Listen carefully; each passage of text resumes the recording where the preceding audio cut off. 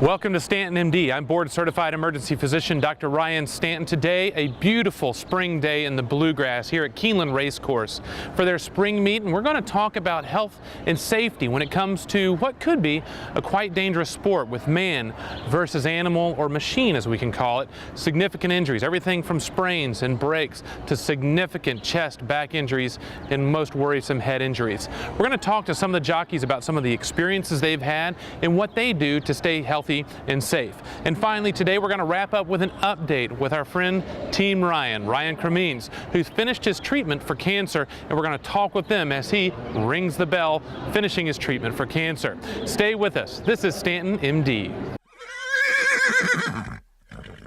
All of the jockeys we've spoken with had some injuries, some worse than others. There also seem to be some common themes for the milder musculoskeletal injuries. Do we have an hour or more to say how many injuries we have?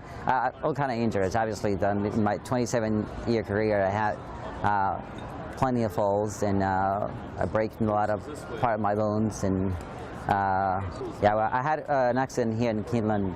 I don't remember the year where I won the race, galloping out the horse. Fell in, and I actually fell roll over on top of me, ended up breaking my collarbone and my shoulder blade. Hurt my ankles and sprains and all that stuff throughout my body. A rib? Basically, the most common injury is collarbone, and I'm sure most jockeys will say that's the first one they will get. I had a collarbone, finger, shoulder blade, legs, concussions, so pretty much the standards. Injuries, I've had a few sprains, jammed finger, some really sore back. I've taken a couple spills where I've had head injury to where maybe, I wouldn't even say it was concussion, but I had to take a day or two off. But besides that, I have been pretty fortunate. I haven't really had any breaks. I have not been hospitalized. So hopefully I'm not jinxing myself right now by saying that. But there are also more serious and potentially life and career threatening injuries. Multiple broken ribs and two fractures in my pelvis. That just happened during the winter time. I've had multiple concussions. I've had a collarbone, 9 screws, plate put in. I broke my vertebrae. I broke my back. Punctured lungs, fractured ribs. And like I say, I've hurt my ankles and sprains and all that stuff. When I came to the United States, like 2 months after, I broke my back and 3 vertebrae, and then it takes me 6 months to heal and come back to racing. Legs, concussions. Last one that I had in 2013, where I had to remove my spleen, repair my pancreas and my kidney. This is a common threat in the world of horse racing. Almost every day at some track around the world, a horse and jockey are taking a spill, with the threat of minor injuries all the way up to major multi-system trauma.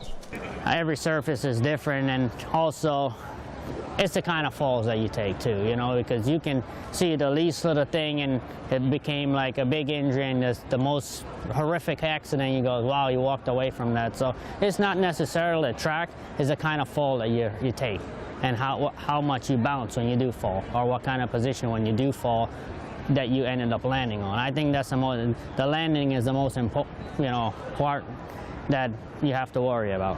Of course, the risk of injury may decrease with experience, but will also naturally rise with increased exposures to racing conditions. Unlike many sports where you participate once or a few times a week, jockeys may race at tracks around the world throughout the entire year and nearly on a daily basis, with up to 4 to 8 races per day. With that, the numbers quickly add up. The last few years, about 1,000 races, less than 1,000 races. Coming up, we're going to talk about some of the things that jockeys do to stay healthy and safe, from everything from diet and exercise to the protective equipment they wear every day here on race day. More StantonMD coming up. Stay with us.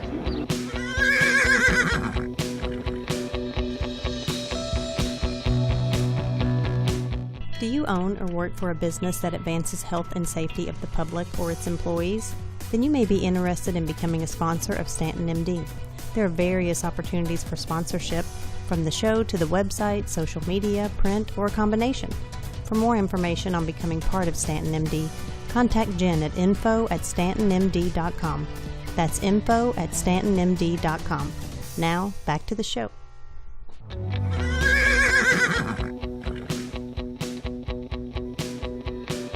Welcome back. As with any large major sport, preparation, being ready, is one of the keys to being healthy and safe. Now, of course, with horse racing, you're adding into it an animal that pound for pound is one of the strongest in nature, and also an animal can basically get spooked at almost anything.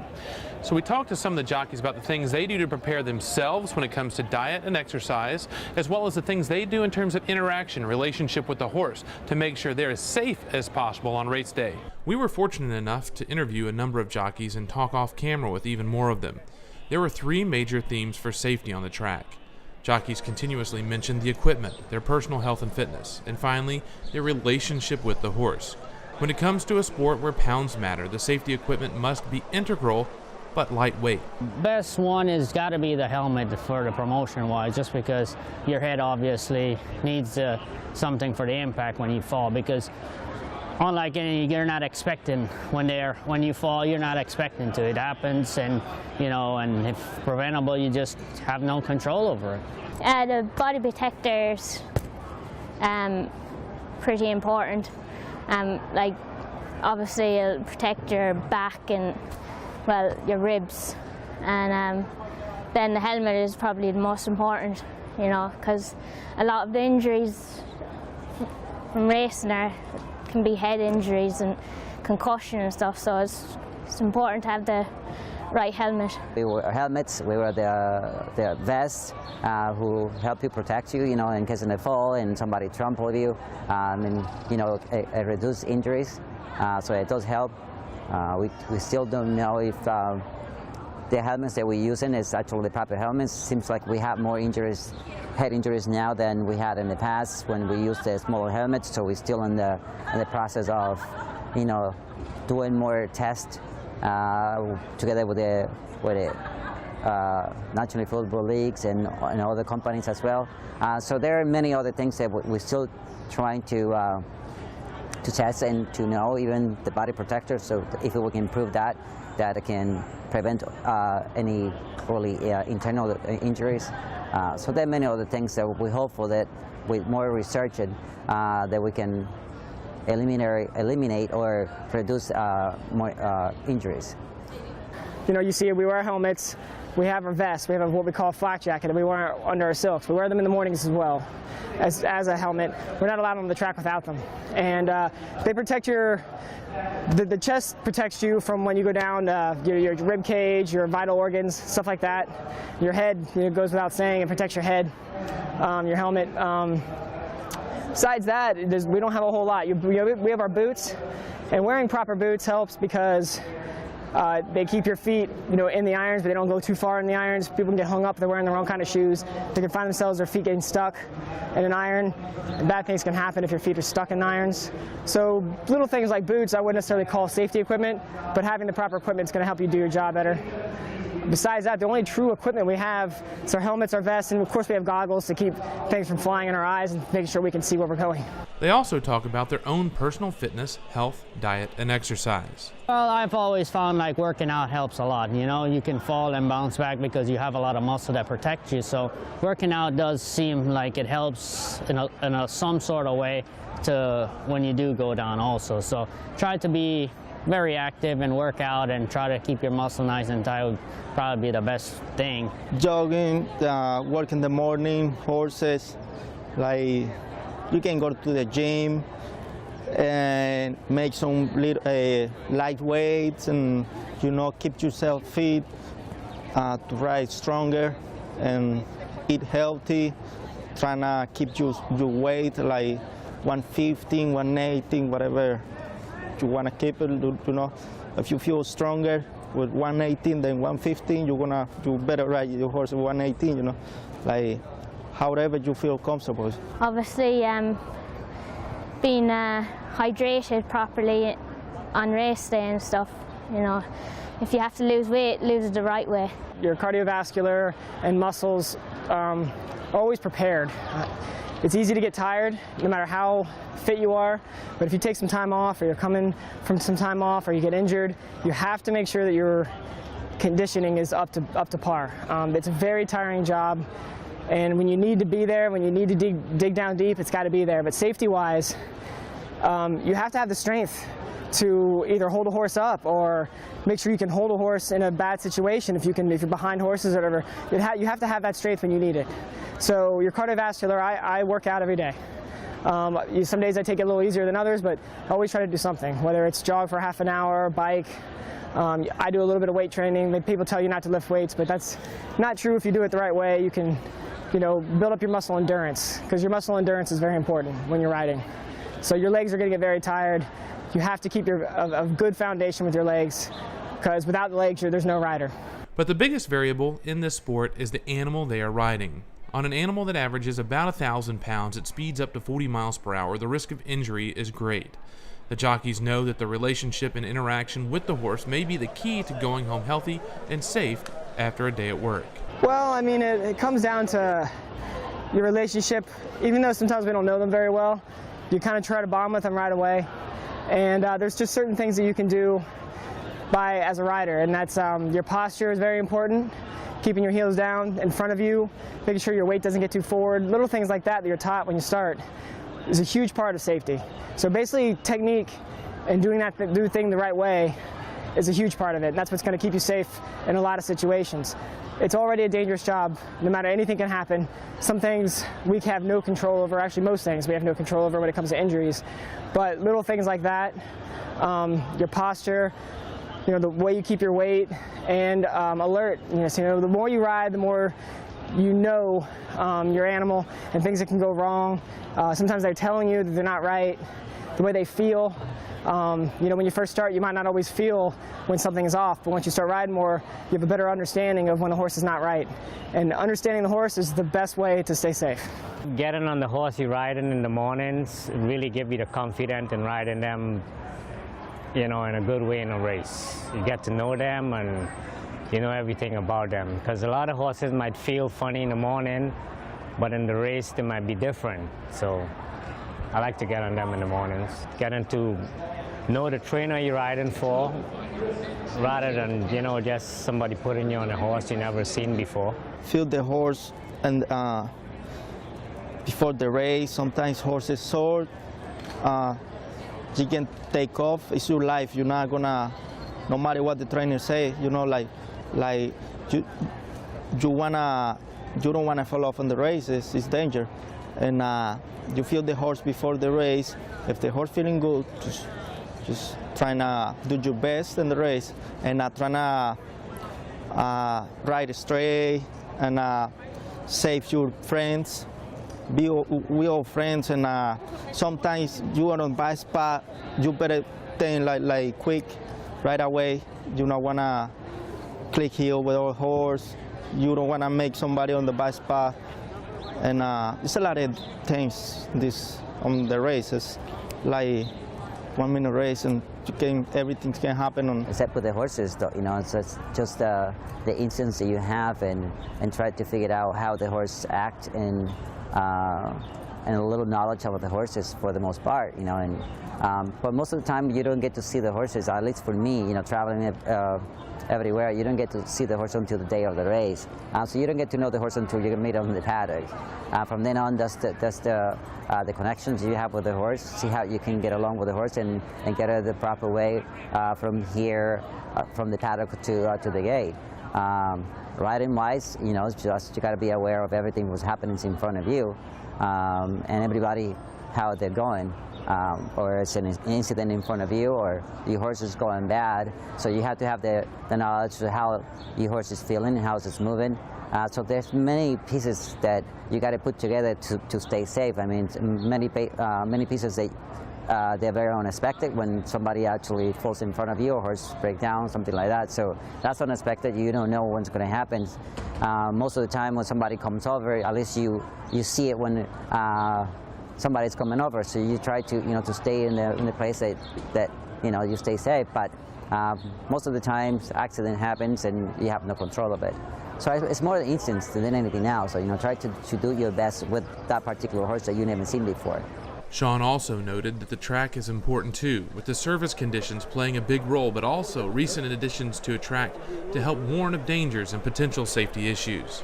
They also set up some safety issues thing on the track. If there's a horse that's going to be in a dangerous spot running throughout the race, they have a horn that there's a light out there to, well, pull them up, or if they can't get the starting gate moved. So they play a pretty important role when horses go down or a starting gate stuck on a muddy day. And they now, with the new equipment that they have to turn on an alarm and you see the lights flashing, that means pull them up races.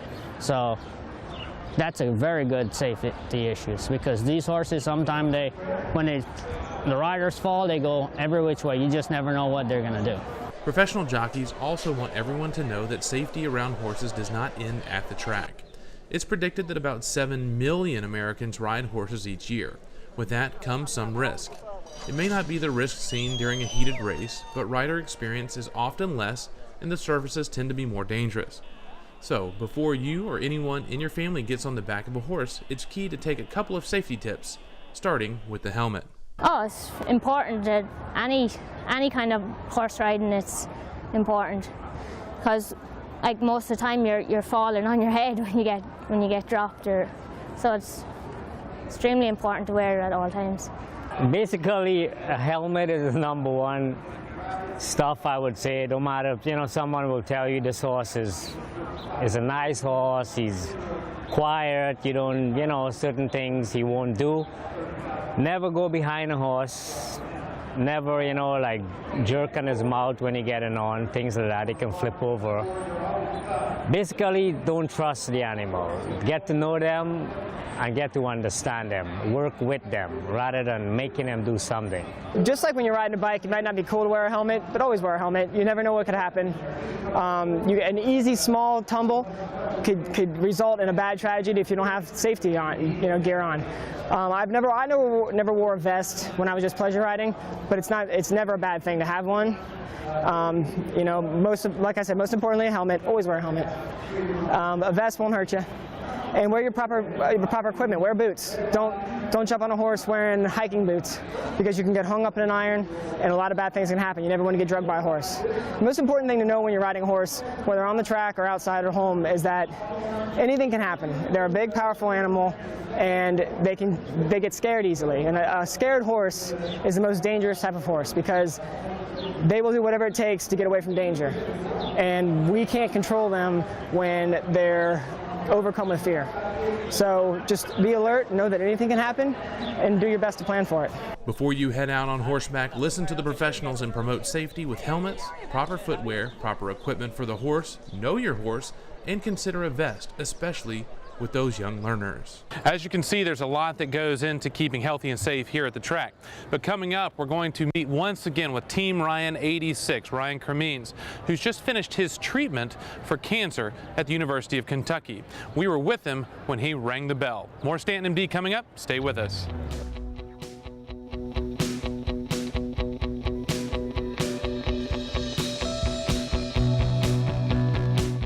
As a board-certified emergency physician, Dr. Stanton is a proud member of the American College of Emergency Physicians, also known as ACEP. ACEP provides physician and evidence-based patient resources at its consumer website, emergencycare4u.org. That site has stories, fact sheets, and advice on a wide range of emergency topics.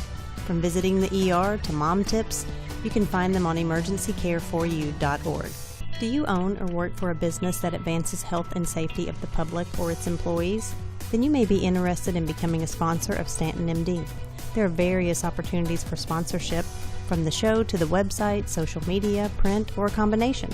For more information on becoming part of StantonMD, contact Jen at info@stantonmd.com. That's info@stantonmd.com. Now, back to the show.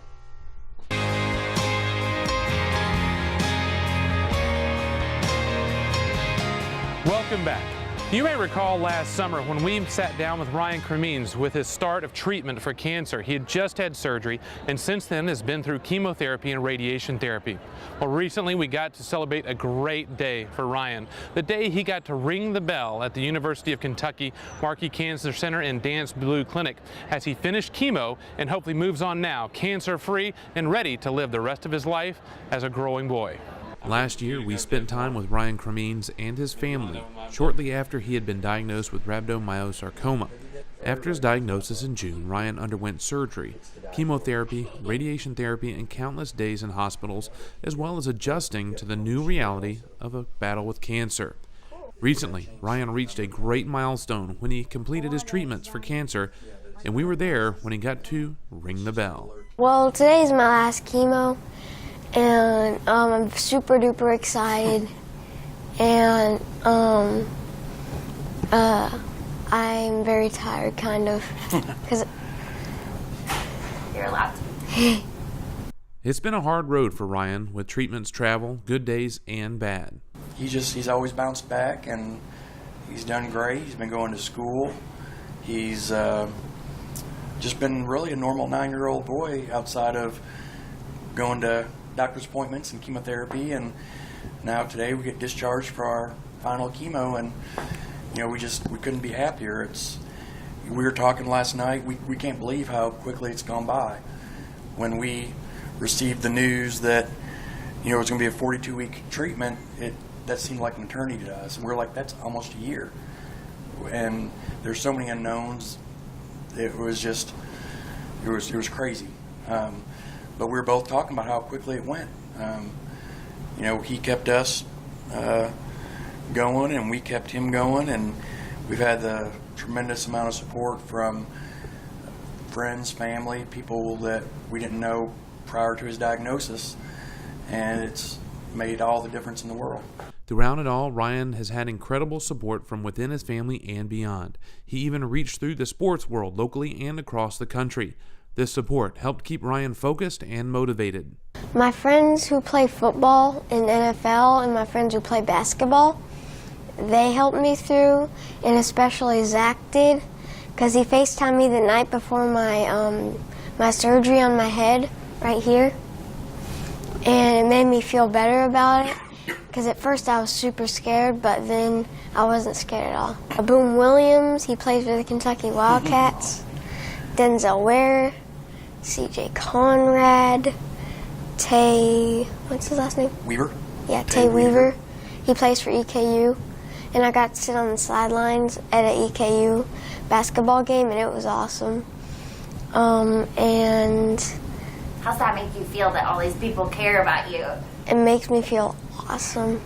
In fact, 2 UK football players were there for Ryan's big day and had been with him throughout much of his treatment.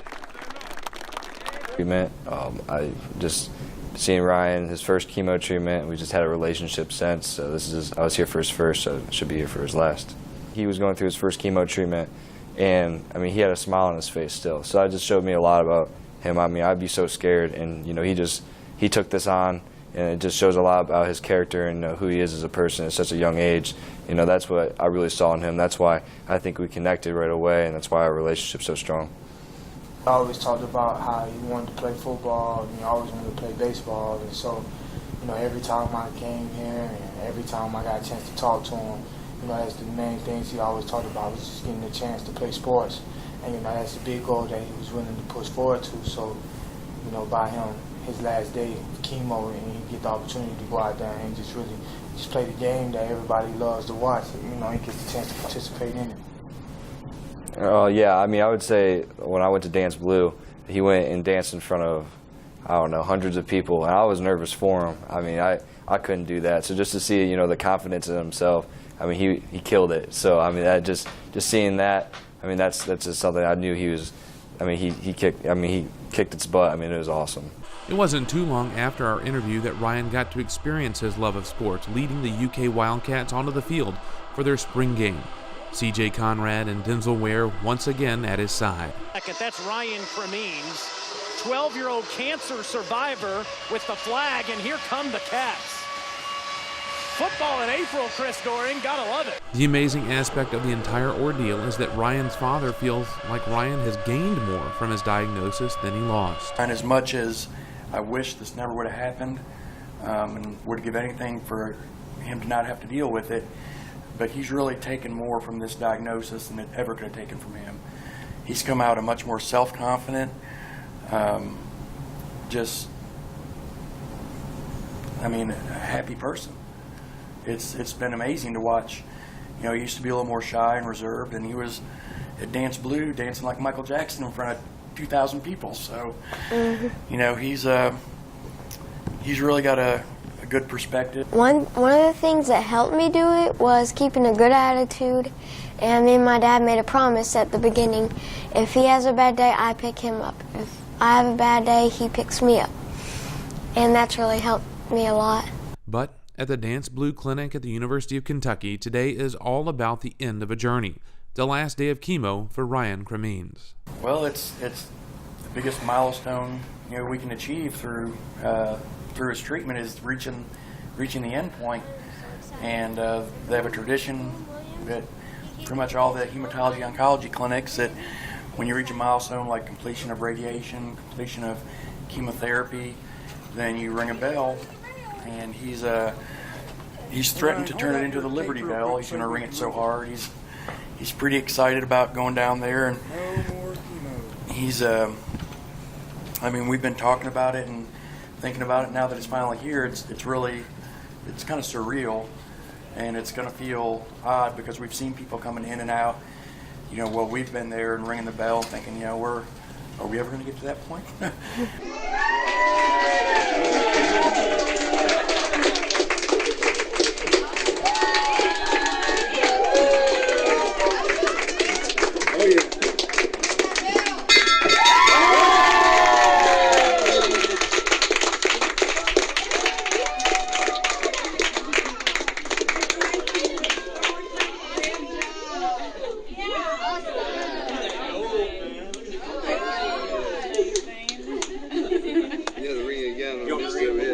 Congratulations to him. I'm proud of him. That's awesome, man. I'm proud of you. High five. There you go. Ryan still has a long road with checkups and monitoring, but the sound of that bell symbolizes once again that modern medicine, motivation, and strong support have beat back cancer. That's all the time we have for this episode of StantonMD. I appreciate you tuning in and hope you'll join the conversation with us. Facebook at the StantonMD page, also Twitter. Follow us at EverydayMed, and check out the old segments on YouTube at StantonMD.